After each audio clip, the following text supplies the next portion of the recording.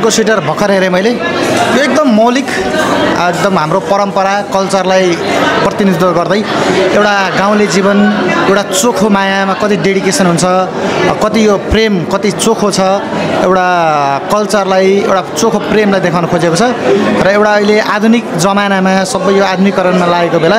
एउटा गाउँको चोखो कथा एउटा गाउँको जस्तो प्योर कल्चरलाई प्रतिनिधित्व गरेको छ यो एकदम राम्रो मुभी छ यो ब्लकबस्टर हिट हुन्छ अभियसली यो चलचित्र हेरेपछि मलाई पुरानो आफ्नो ठ्याक्क म पनि गाउँबाटै भएकोले मलाई एकदम ठ्याक्क आफ्नो गाउँको याद आयो र म पहाड पनि बसेकोले पहाडको ठ्याक्क